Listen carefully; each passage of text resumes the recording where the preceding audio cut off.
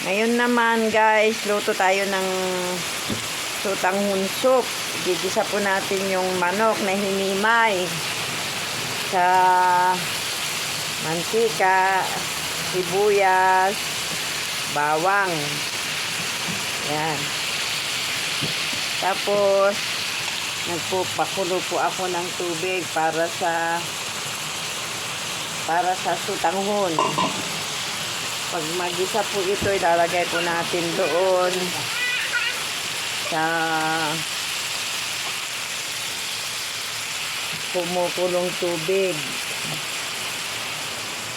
Inigisa ko na po yung manok.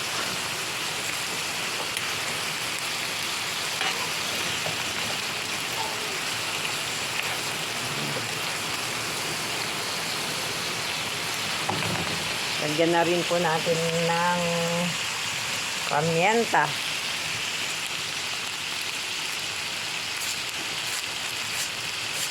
Pampalasa, pampabango. Para masarap siya. Laging may sabaw ang inuulam namin ngayon guys para masarap na higupin.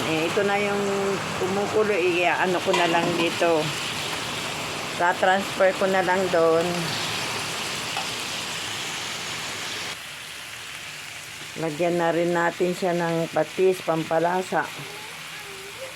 Mga guys, ayan. Patis.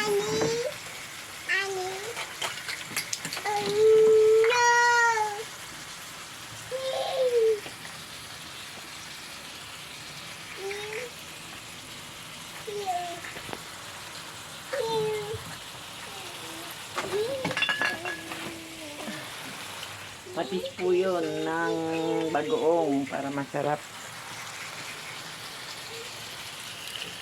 Yan. Igigisa po natin yung patis para hindi malansa.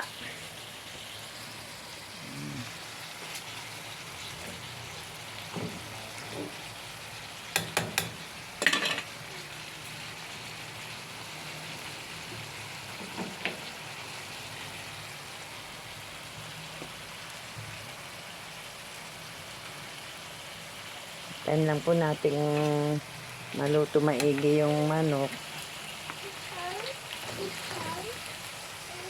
Tapos lalagay natin sa pinapakulong tubig. Ayan. Lagay na po natin siya doon. Ayan.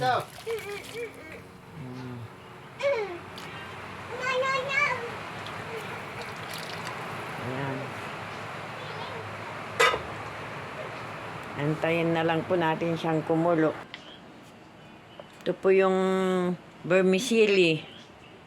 Vermicelli sutanghon. Itong 1 kilo na to, yun ang iluluto po natin. Ihahalo dito sa sutanghon, ay sa pinakulang tubig.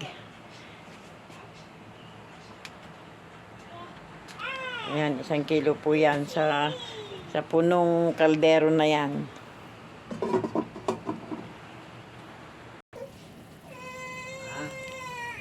Yan, kumulo na. Ilalagay na natin yung sutanghon mga guys. Oh. Yan. Kompleto na yung ricado niya.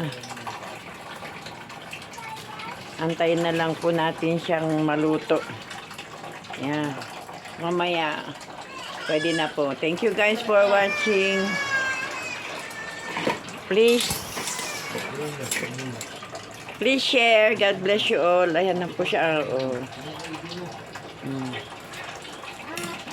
Sutanghon. Thank you guys.